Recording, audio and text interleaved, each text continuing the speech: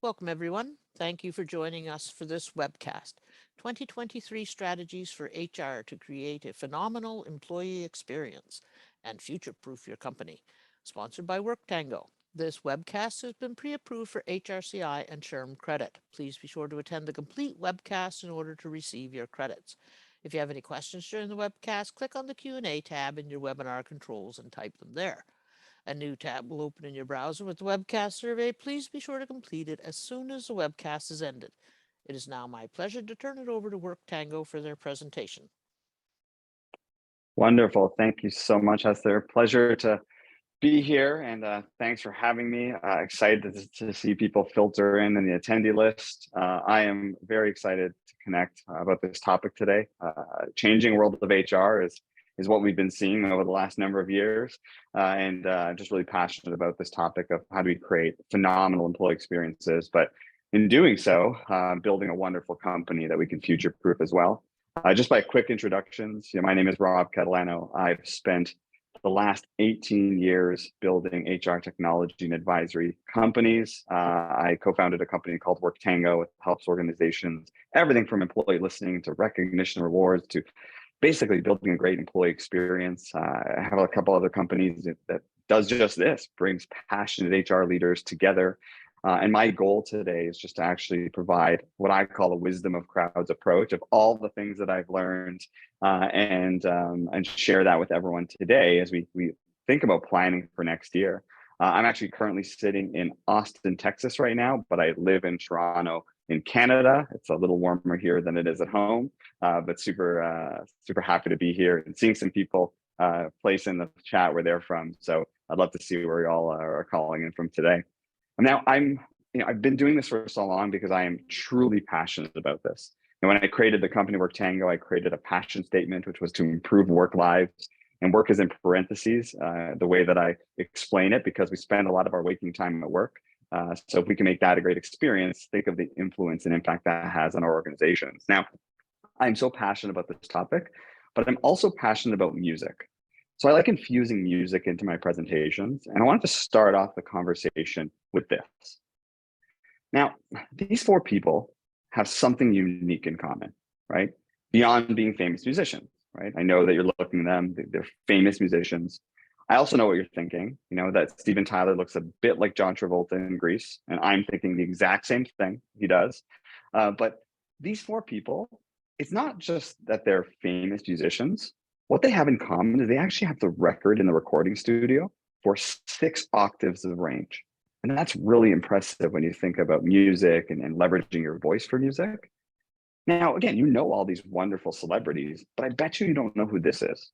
And this is Tim Storms. Tim actually holds the Guinness record for the widest vocal range at 10 octaves, right? He crushes them all. And I know what you're thinking, what does this have to do with HR or building a better workplace or future-proofing my company? Well, when it comes to comparisons, there's 2 that I wanted to make. First, I feel like Tim Storms, they're the modern day HR leader or executive. Impressive talent, more qualified to make company-wide decisions that are impactful, but does it under the radar, right? Super impressive and should be celebrated like every HR executive, but they're not getting the recognition and the voice that they typically should get.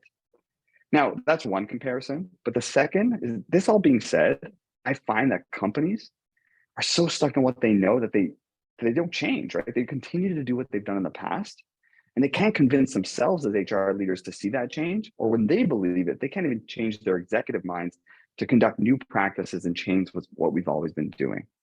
And I think it's been a huge challenge for HR to make those types of changes, and it's kind of an uphill battle to get to a place where you want to see it. Now, I don't know about you, I listen to the same music all the time. I think it's okay from music perspective to not change your preferences.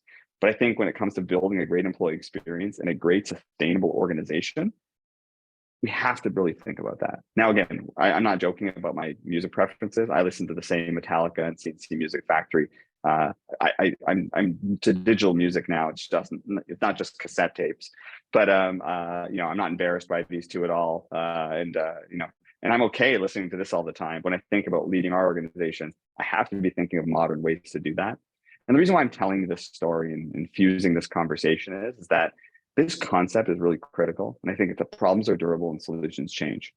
Think about everything changing around us in the world of HR, right? And it's hard already, but we'll always be hard pressed to recruit, retain, and inspire our talent or engage our employees or build a great workplace. Those problems will always be there, but we have to start changing our approaches with a changing workforce, a changing employee, the expectations that are out there. So, what I really want to talk about today is why new HR strategies are required in today's changing workforce. So we'll get a bit into the why, and then I'll dive deeper. The majority of our time will be 6 key strategies to focus on in 2023, right? And not just focusing again for a better employee experience, but how it's going to support your HR organization and your whole organization moving forward.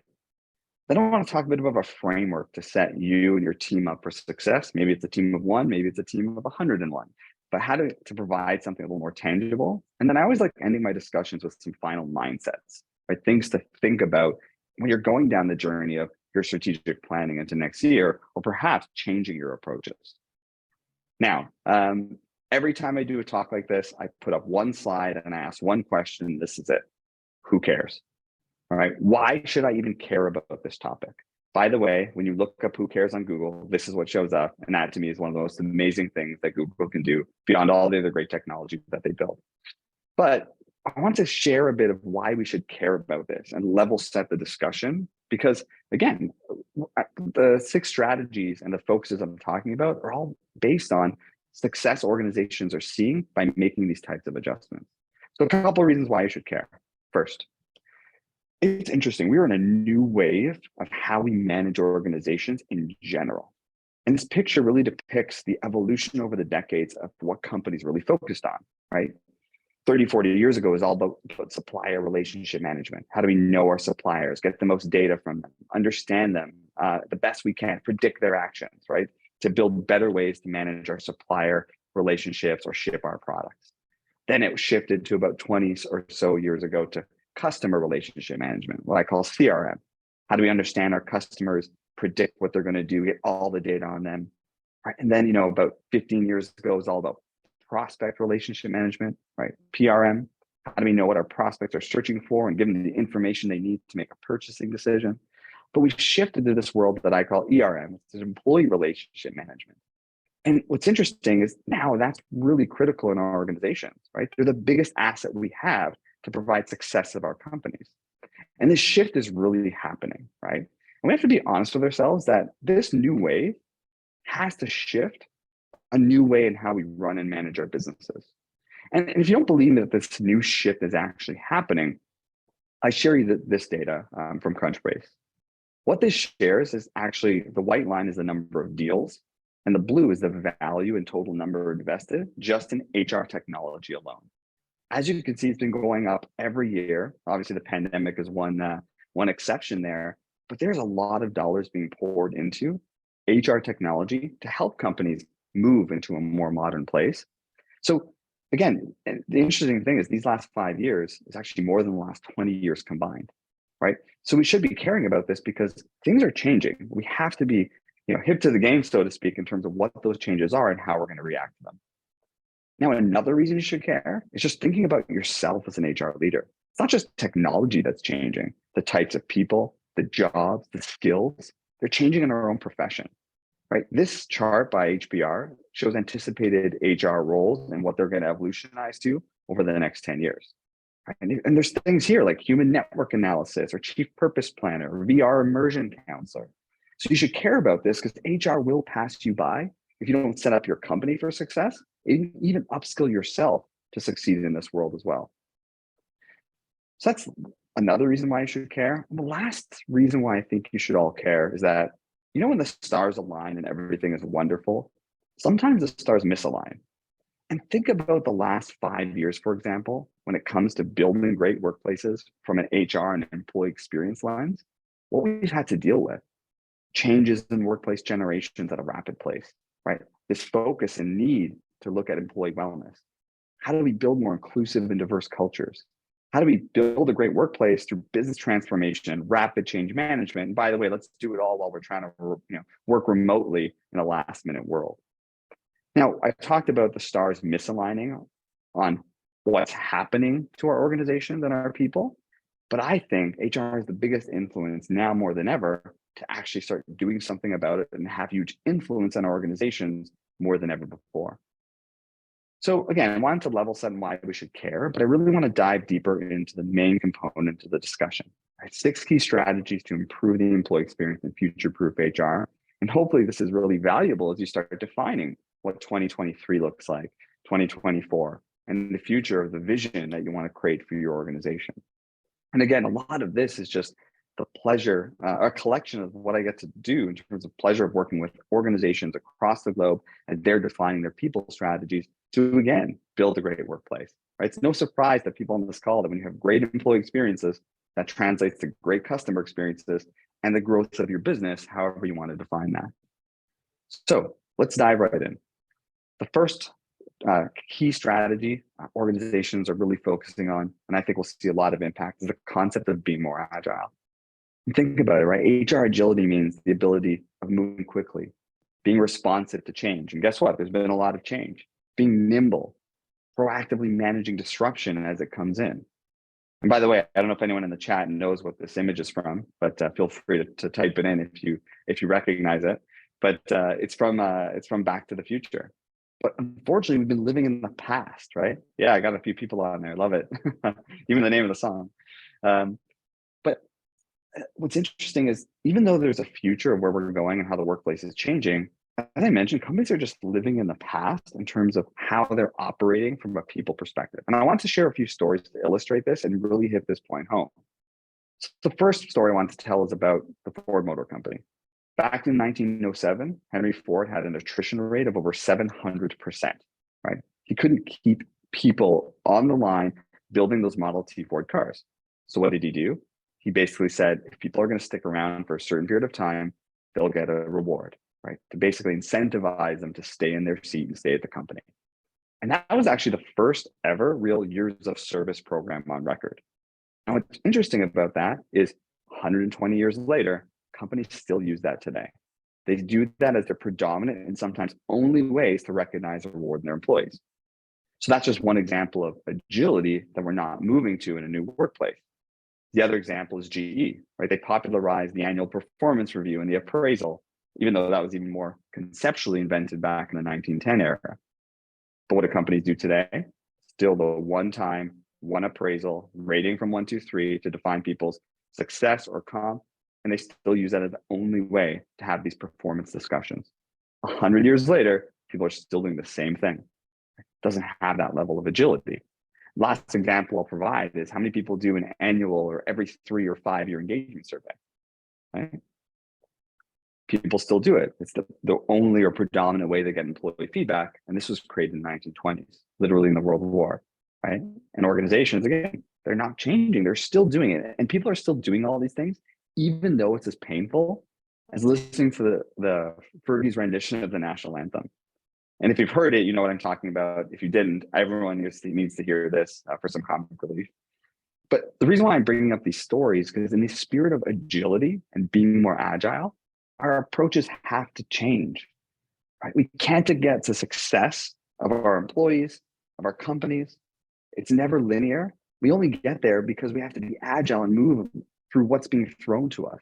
We have to be agile in how we listen to employees, how we recognize efforts of our employees, how we have more conversations. And I say all aspects of HR. And the reality is right, employees, they don't work in years and in quarters. They work more frequent than that. But our HR practices are so stuck in the past, thinking of things annually. And I don't know if it's because HR grew up in the world of CFOs and reporting to CFOs that we look things at annual cadences. But we have to be more agile in the way that we accomplish better employee reactions and experiences to build a better workplace, because we know we're not going to be linear to success. We're going to have to move our way there and course correct over the next, as the company progresses.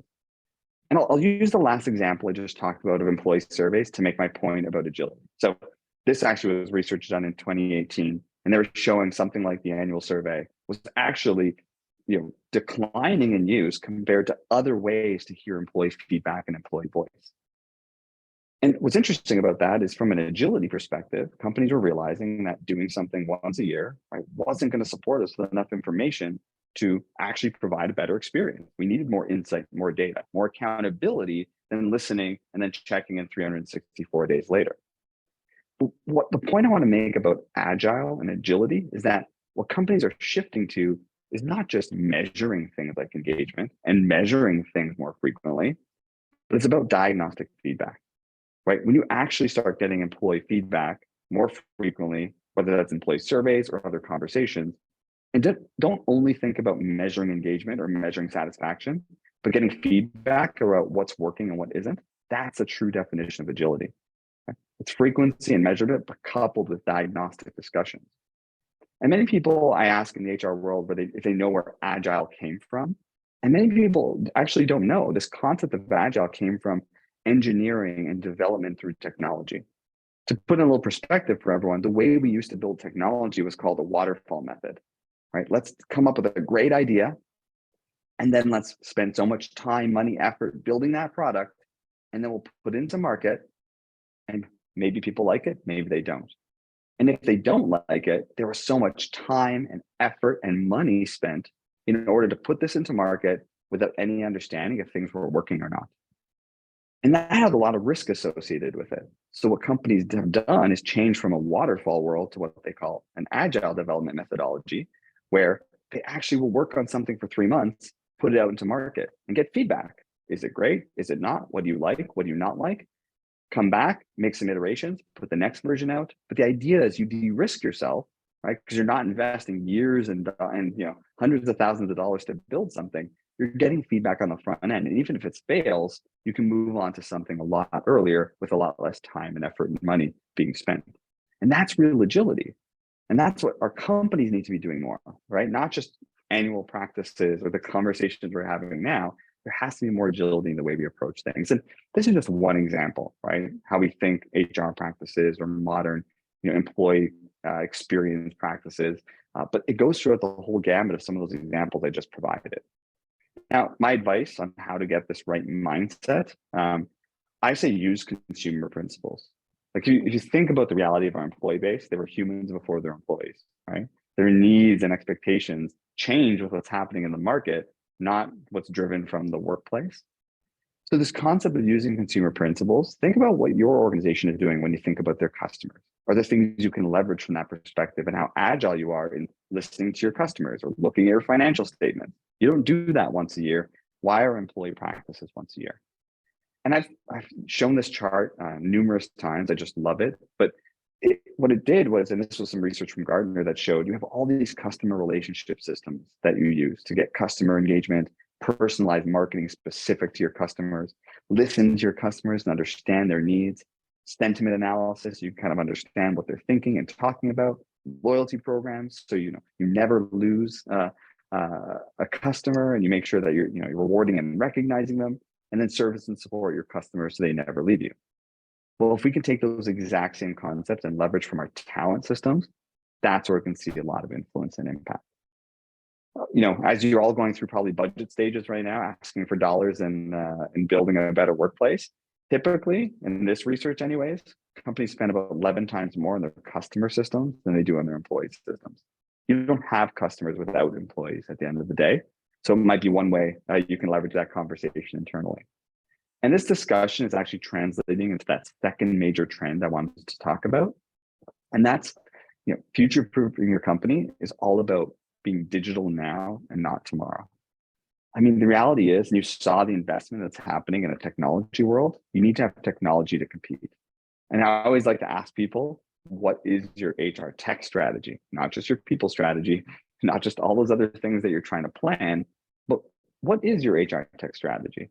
What is your HR tech budget? What's the 3-year and 5-year plan from that perspective? Because the reality is, technology is a big leverage point for supporting some of the concepts we're going to talk about today, but also building that agility in your company.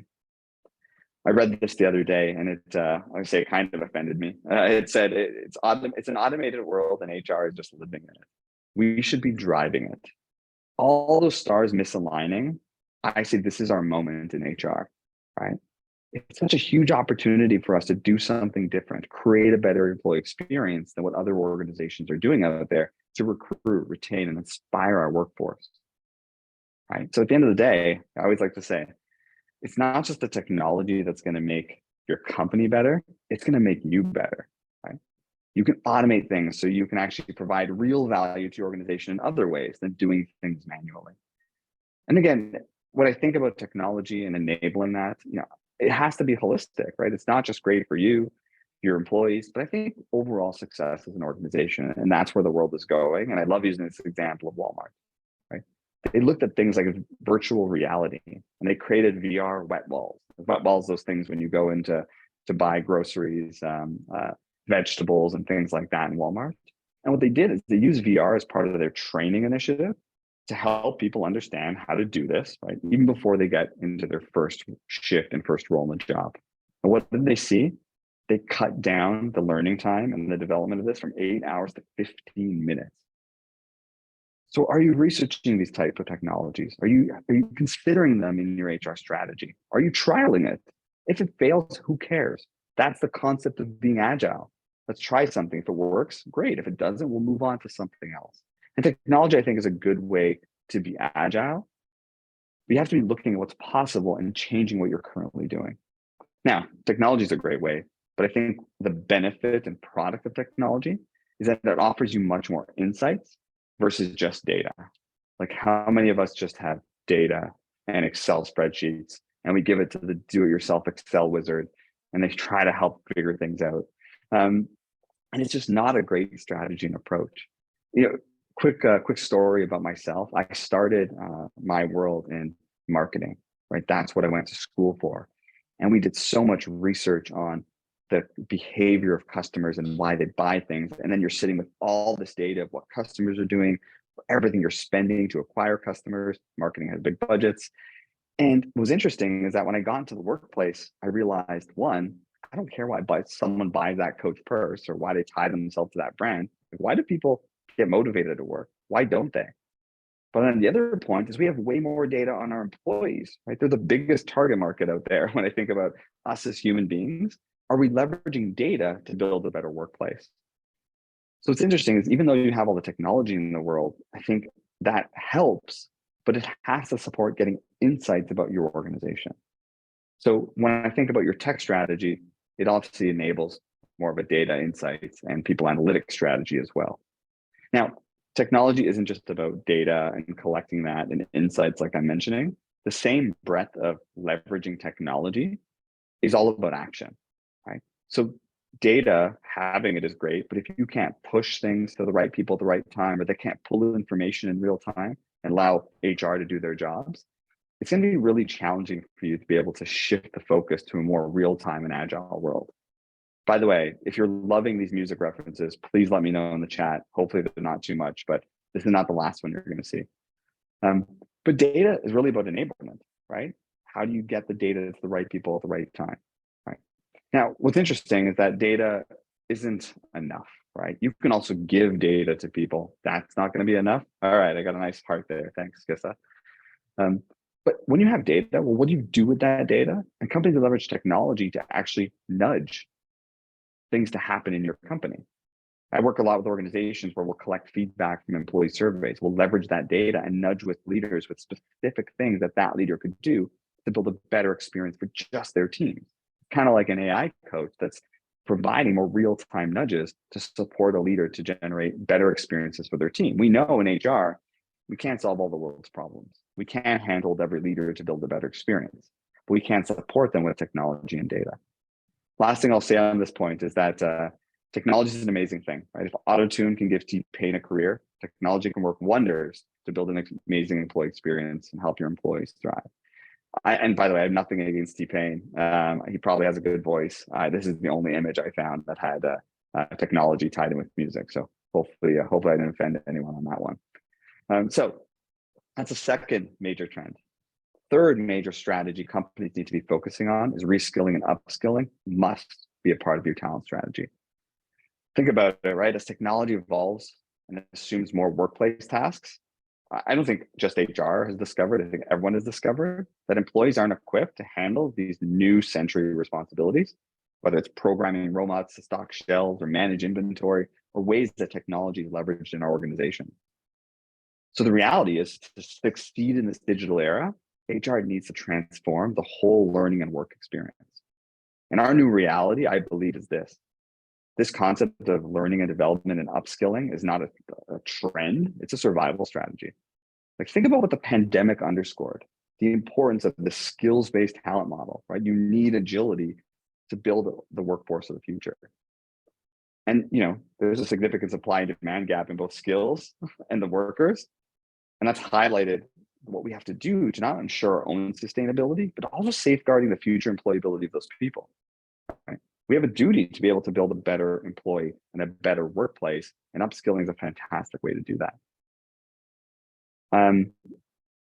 But the point I want to make about that is that I think has always been true. It's true now more than ever. But then you add in the uncertainty of the economy. It's already hard to recruit great talent and retain them. So upskilling them is really critical to make sure they're helping them hit their goals, but also the organization succeed as well. And a really good study I'll kind of talk about here from McKinsey went into details around 69% of respondents report an increase in skill building during the pandemic, more so than any other actions to close skill gaps, right? It wasn't about redeploying talent, it wasn't about hiring, it wasn't about releasing or contracting. But basically, when you think about change in action to close skill gaps since 2019 to last year, there's a huge increase in terms of building skills.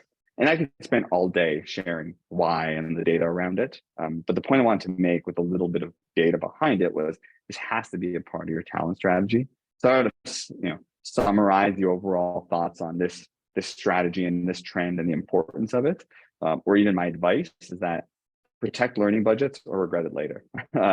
It's what McKinsey talks about in that study, especially in an uncertain economy. Now, if you need any more motivation on this idea, I'm going to show this slide again. Right? Our roles are drastically changing even in our own profession. So no matter what path you go down, just make learning available for everyone. Accommodate different learning styles. Recognize and reward upskilling efforts when you're providing it to them or they're taking their own volition doing it themselves. But the main point I want to make is you need a robust L&D strategy, focus on upskilling and protecting your people in business. So that's the third one.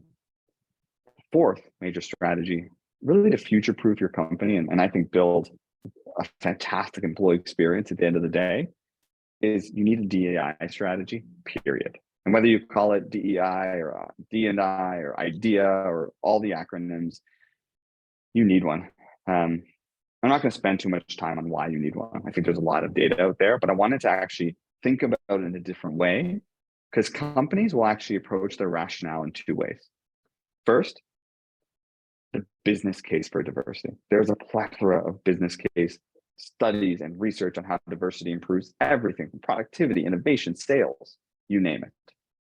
But the question I ask all the time is, are you doing this for your own business? Or are you doing it because it's the right thing to do to build an inclusive culture where people can bring their full selves to work? And I think companies really need to start thinking of doing the right thing, because this obsession with the business case isn't working. And I bring this up for food for thought and to challenge people's ideas on this. But I actually bring it up because there was an interesting study that was done where they got a lot of new graduates, asked them to go to Fortune 500 company websites and do some research and decide who they wanted to work for. 41% of those individuals said they didn't want to work for any of those companies, because everything they talked about building a diverse, equitable, and inclusive workplace was all self-serving. It was all about their metrics and their growth, right? And company shareholder value. And it was self-serving. It wasn't genuine. And people are seeing through that. So I always just challenge people. You need a DEI strategy.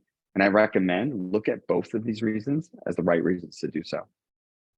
Last thing I'll mention about DEI strategy, because I can spend another hour just talking about this, is that just food for thought, representation is not enough. Like, that's not your DEI strategy. Yes, build a better hiring practice around building more diversity, have your targets around there. And if you're there, that's great. I commend you. Some companies aren't even there yet, but you need more. You need to understand sentiment on inclusion, equity, right? And really understand people's experiences at work. Because too often we think about the large groups of an organization, but we forget about the underrepresented groups. We have to build a better workplace when it comes to that level of belonging in an organization. It has to be a strategy, not just a program at the end of the day. And when I say it has to be a strategy, one of the things I'm really passionate about is how do you build this into the fabric and DNA of your company? Right. At Worktango, we have 5 virtues. We don't call them values. You could look up or if you have a question, I could talk about why we call them virtues, not values. But one of them is we encourage people to be 1,000% you. Right. And the reason why I bring this up is that if you can start it from the ground up, that, in my honest opinion, is a good way to build that into the fabric versus a program or just a strategy and make that part of the DNA of your organization. So that's the 4th one, right? There has to be a DEI strategy for 2023 and beyond. The 5th is building a human first culture. Now, if you know this band, it's Pentatonics. They're an a cappella group. Like, you strip all the music away, they're just human beings doing wonderful things with their voices. The reality is our employees, they were humans way before they're employees, right? Human beings that have needs just like everyone else. Yeah, Cindy, they are amazing. Like, they are impressive. Definitely look them up if you want to hear something a little different. But I bring this up because if we strip it all away and we look at our employees as human beings, the reality is companies are starting to shift the focus that EQ and emotional intelligence is way more important than intelligence or the IQ quotient. And think about it, right? Look at the lens of your employee base over the last couple of years. They're trying to figure things out from a mental wellness perspective, a physical wellness, social, financial. Some of our employees, one of these things. Never in my career have I seen someone going through all 4 of these things. And this was happening with our employee base, the human beings in our organization. And the reason why I bring this up is this concept of building a more human first culture and a strategy around that is really, I think, a major prescriptive thing organizations can do is build empathetic leaders or an empathetic organization. How do you relate to what employees are going through? How do you understand concepts around psychological safety? How do you enhance the focus of not engaging your employees, but including an experience and an environment of well-being? And every time I talk about human first cultures and empathy, Siri found something. Every time I talk about it, Angela on the left there, someone rolls their eyes, right? And the reality is this isn't just fluffy. There's data out there, right? If you think empathy is fluffy, just research like this all over the place. 93% of employees say they're more likely to stay with an empathetic employer versus not. And believe me, if you don't build this structure and strategy and culture in your organization, they will not stay. And guess what? They won't help you in tough times. And we've been going through some tough times, right? Everything from what's happening from DEI movements to build better workplaces from that perspective. Then we all went remote with COVID. Now there's economic uncertainty. Like, these things continue to happen. If we're not building an empathetic workplace, your employees aren't going to stay to help you through these tough times, especially when you ask them to do more with less. Now, I'm going to create the biggest faux pas on any HR podcast or webinar, and that is bring up Maslow's hierarchy of needs. And the reason why I bring it up is to just reinforce the point and then be introspective in terms of our own experiences. And what I mean by that is this is the theory of human motivation, right? At the end of the day, not just employee motivation. But when you actually think and you triangulate it to employees, right? Safety is about comp and benefits, right? Getting paid and being able to live your life in security, making sure you have job security. It's not until you get to belonging and self-esteem that you get to modern recognition and those types of conversations. Self-actualization is about building career development. But the point I wanted to make here is that if you think about you personally or someone really close to you, like, how many people left a job for less money in some capacity in their career? Every time I ask that question, there's actually humans on the other side, and I can see them. 90% of people's hands go up, right? And we've all done it because we're not just at our organizations for the safety needs or physiological needs. There's more we want as human beings. So again, I bring this up because we do have needs, and that empathy, that level of recognition, that career development, the things we're talking about in a human first organization, that's super critical. And we have to build our strategies around building those type of employee experiences, not just experiences that benefit the HR team or the organization. Now, if you're offended still that I have Maslow up, maybe I'll make fun of Maslow and say that he missed some things, right? He missed some things like Wi-Fi and battery and toilet paper through the pandemic. There are definitely more base needs that we have than was created so many decades ago. Now, last thing I'll mention about this human first culture, this is getting harder with the changing workplace, the changing expectations of employees. This is why I talked about it earlier. We have to be thoughtful of changing our approaches because things are changing. But this is getting way harder in a remote world. How do you build human first cultures when you're not seeing humans? Right? How do you build connectivity and inspiration in different ways? And again, we're having to be thoughtful about those approaches in our companies to make this successful.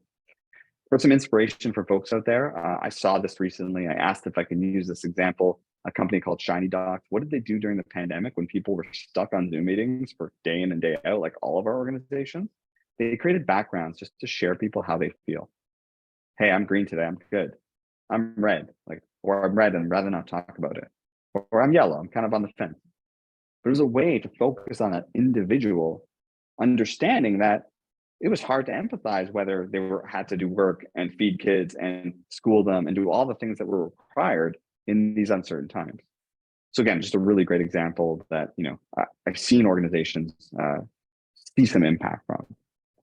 Now, what I think it all kind of settles down to, and I think kind of the last couple of points when it comes to building human first culture, is all about trust. I'm offended at the number of employee monitoring software technologies and the growth of those companies through the pandemic, because we actually wanted to make sure we were monitoring our employees. So I don't know, they were sitting at their desk or doing their work. I actually know individuals that had to have their cameras on when working at home to make sure they're sitting at their desk. And to me, that's not trust. And I actually wanted to do a quick exercise. Yeah. Oh, Cindy, yeah, I thought you said you did work for a company. I would not work for a company either. No one will. No one's going to tolerate that, right? If you do not provide a human first culture or you do stuff like this, people aren't going to stay at your organization. And I love this exercise in terms of kind of adding some reality to this. And maybe it's something that you can do with your team. But if everyone can humor me for a second and get a calculator, probably on your laptop or your phone. If you have a real calculator beside you, please let me know. I think that's cool. But I want you to get a calculator out and I want you to type in the number of employees in your organization. Simple. All right, hopefully everyone has that. So you have a calculator, the number of employees in your organization. Then I want you to multiply that number by 35,000. So you had your employees, you're multiplying that by 35,000, and you click that equals key. I almost said the enter key. Maybe it's an enter key. So you're looking at a number on your screen. The reason why I chose 35,000 is that human beings, right, your employees, they make 35,000 decisions a day. If you have 100 employees, 3.5 million decisions a day. So when you think about a lack of autonomy or a lack of trust, it's such a huge engagement killer at the end of the day. You do not build a human first culture if you're not giving people that level of autonomy. Building a culture of trust and confidence is so key in a human first culture as well, especially with the changing workforce we're seeing.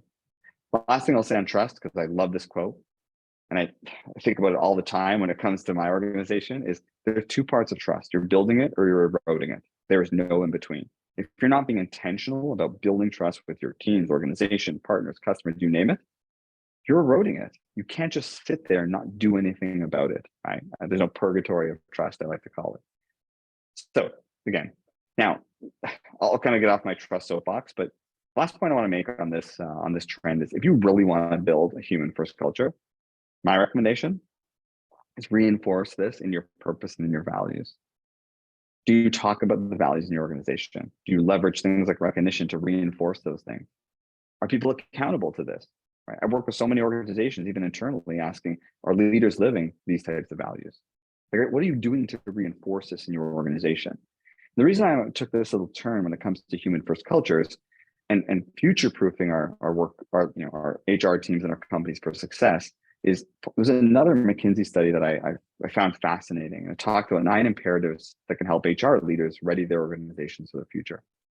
And what you'll see is on the peripheral of the light blues, talk about how do we operate as an organization, how we grow, the learning component, the structure, and the talent. But I think what's so critical is that middle piece. who we are, right? Why we exist, the purpose, the value, the culture at the end of the day. And that's what's going to be sustainable through any time. Remember, people don't want to work for a company, they want to work with a company. When you can establish that value, purpose, and culture and make it a big part of your strategy and your people strategy, that's when you start building a more human first culture and people stay and the retention rates go up. And you see all the benefits that you all know as HR leaders. Last thing I'll point out on there is that this is something I find is one of the most important critical success points of just growing Worktango over the years. When we created the company, we said we didn't have a mission statement, we have a passion statement, and that's to improve work lives. I mentioned it earlier. We spend a lot of our waking time at work. How do we make sure we're building great experiences for our lives in general? And even things like the recruiting strategy, if your eyes don't light up for our passion, you're probably not going to work here, right? And we put that core in the middle, right, of our purpose and our values and our culture into a lot of the decisions that we make. Do we always get it right? No, right? I'm not going to lie and say we always get it right, but it's a big part of the culture we're building with a human lens first. So that was the fifth major strategy I want to discuss. And the sixth one and the last one, and I think one of the most impactful in my opinion, is that we need to leverage our secret weapons in our organizations, which is our managers and our leaders. I don't want to offend anyone here, but I feel bad for managers. Right? I think they're the face of antiquated HR practices that we impart on them and then expect them to be successful. I have this talk track and a whole session I do on managers, and I love bringing up this screen. Yes, I got good comments there. I love it. Thank you. Now, I know you're thinking when you look at the screen, and you're right, it's not English. It's actually two Latin words, and they're root words for the Italian word maneggiare. And the English word manage comes from manus, which is hand, and agere, which is to act. So think about that. Manus means hand, agere is to act, and it comes from the word maneggiare, right? That's the word manage. So the literal meaning of manage is using something with your hands like you're using a tool. That's the literal meaning of it. And I always ask the question to organizations, and I ask you all today, are your managers tools, right? Are they great tools that help drive success of your employees, a better experience, right? Or are they just tools? And by the way, if you look up the other definition of tools, which I did, is a fool that is characterized by low intelligence and low self-esteem, right? And I mean, ouch, right? Like that's a pretty bold statement. And the sad thing is that's a stigma of our managers and organizations today, right? I love this little meme here. But that's the stigma that managers have. They have this bad persona, but I believe that HR departments and companies are not doing enough to enable them to be successful, right? They are the secret weapon to build success in your organization. And if you don't believe a meme like this, believe Google, right? You type in Google, my manager, this is what you see. Is toxic, hates me, doesn't like me. In French, maybe because I'm Canadian, that's showing up, I'm not sure. Ignores me, harassing me, incompetent, rude to me. Apparently there's a cool show that I should watch. And when I typed this into Google and took this screenshot, the one thing on the bottom right was report inappropriate predictions. They're all inappropriate. I can't believe this is what people search up. And this is just the accepted thing we do in organizations. And the reason why I tell this story about managers is that I believe we have a huge duty and we will see success if we enable our leaders and managers with tools. We don't create tools. How do we leverage leaders and provide them a level of responsibility, but enable them to be able to be successful to help support what we're trying to build as an organization?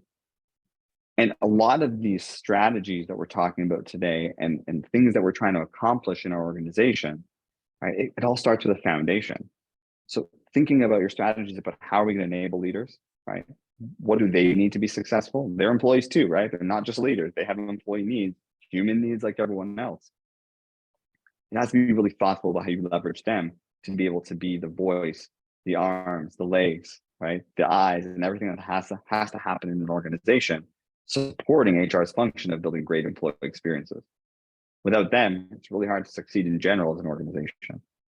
Now, I love this image, but too often I see companies look at this to say, we have a business strategy and an HR strategy and an employee experience strategy. It doesn't work like that.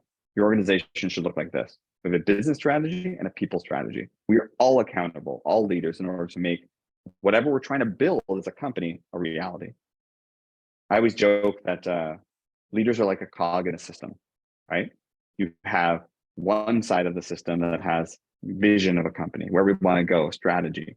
The other end, you have the employee experiences and employee action every single day. But if you remove leaders from that equation, the whole system falls apart. Employees ask leaders, why did we make this decision? What are we doing? Right? They don't have an answer to it. Or if we enable leaders the wrong way, hey, here's data that's 3 months stale about what your employees are saying, or here's your performance management process. Rate people a 1 to 3 and figure that out later. Like, we just don't enable them to be successful, but they are huge glue that binds our business and our people strategy all together, and we need to be leveraging them in a better way.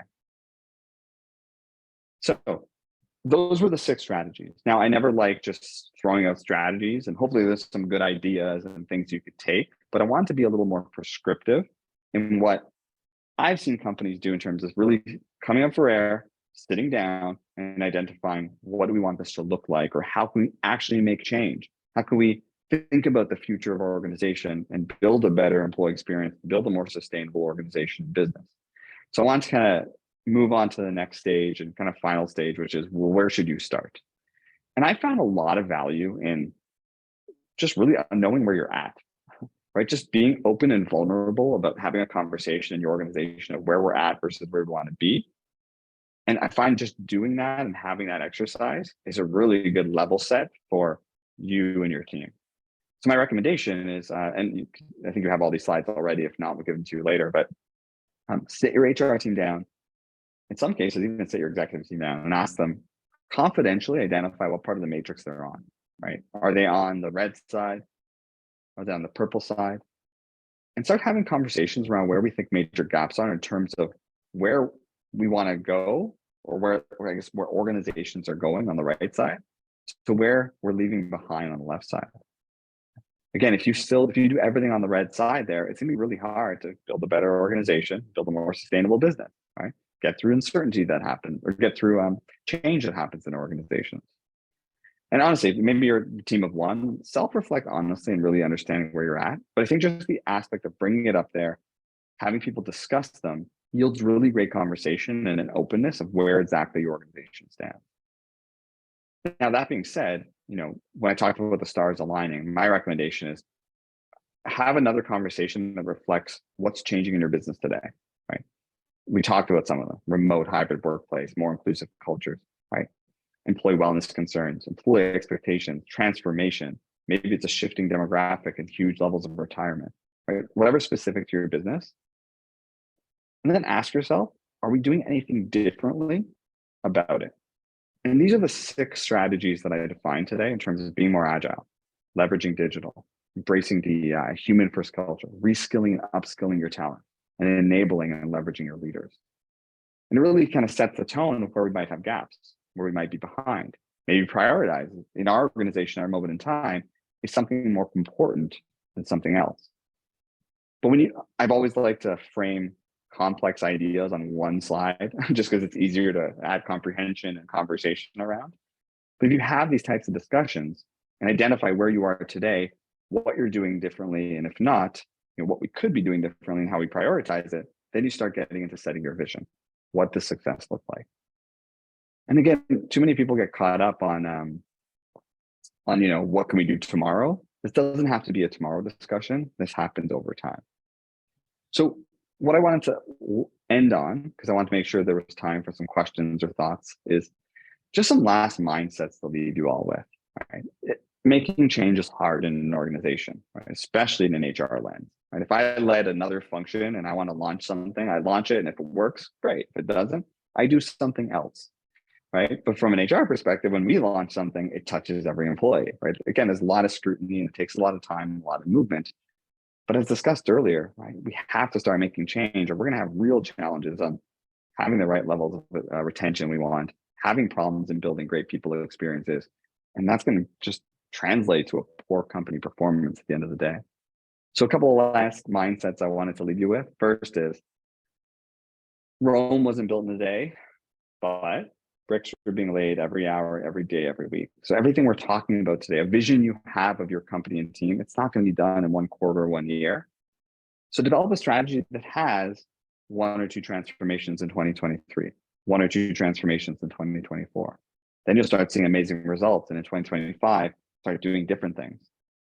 But again, start today. Right? That concept of agility. Don't wait till you have the perfect, plan and then do all this work to execute in 2025. Right? We need to start moving and getting things done in our organization to respond to this changing workplace, changing employee. Second mindset I want to leave you with is that for many years I worked for an organization where this was one of our values, R&D. And every time people look at this, they think research and development, but it actually stands for rip off and duplicate. Um, there are companies that are doing great things. Maybe you heard some examples of what companies are doing today. Take those and make them part of your company. You do not have to reinvent the wheel. Stand on the shoulder of giants of what other companies have done to see success. There are so many fantastic HR communities and Slack groups and stuff that I'm a part of that I learned so much from. But talk to your other colleagues. Everyone's going through this now in terms of sustaining a successful organization in these types of times.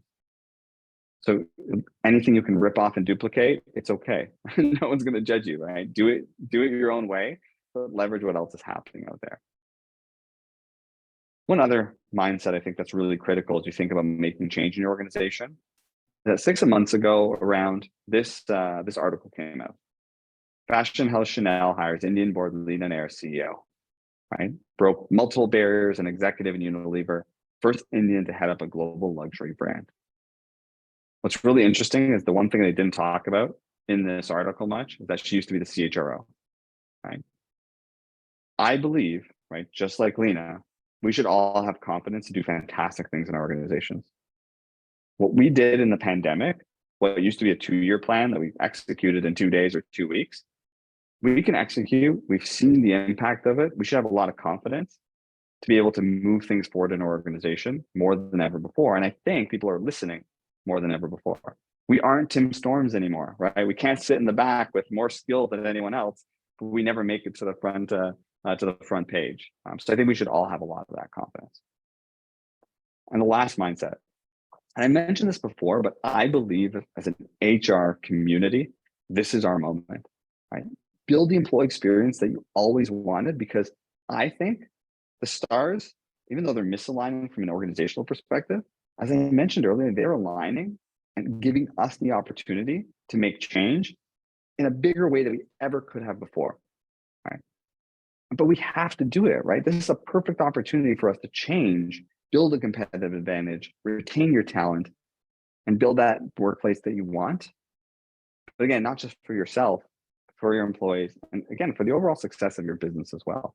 Now, the one thing I didn't mention when I showed this image, this is actually a Drake song. So you're getting one last music reference. I'm from Toronto, so I have to bring up Drake. And where I'll end it is the last one, which I'm actually also a Leaf fan, so that's maybe joke on me.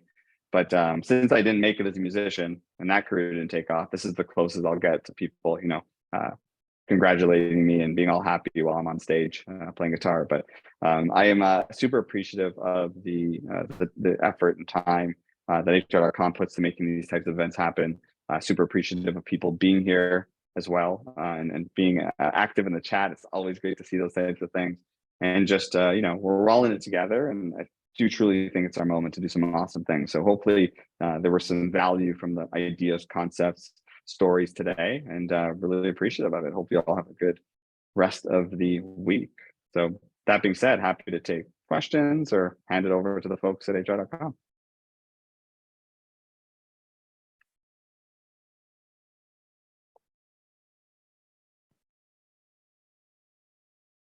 I'd like to thank our presenter as well as all of you for joining us today. If you'd like to view this webcast again, the archived recording will be available on the HR.com website within 24 hours. The webcast credit will show in your HR.com account within 2 business days, and we'll also send you an email with your credit information.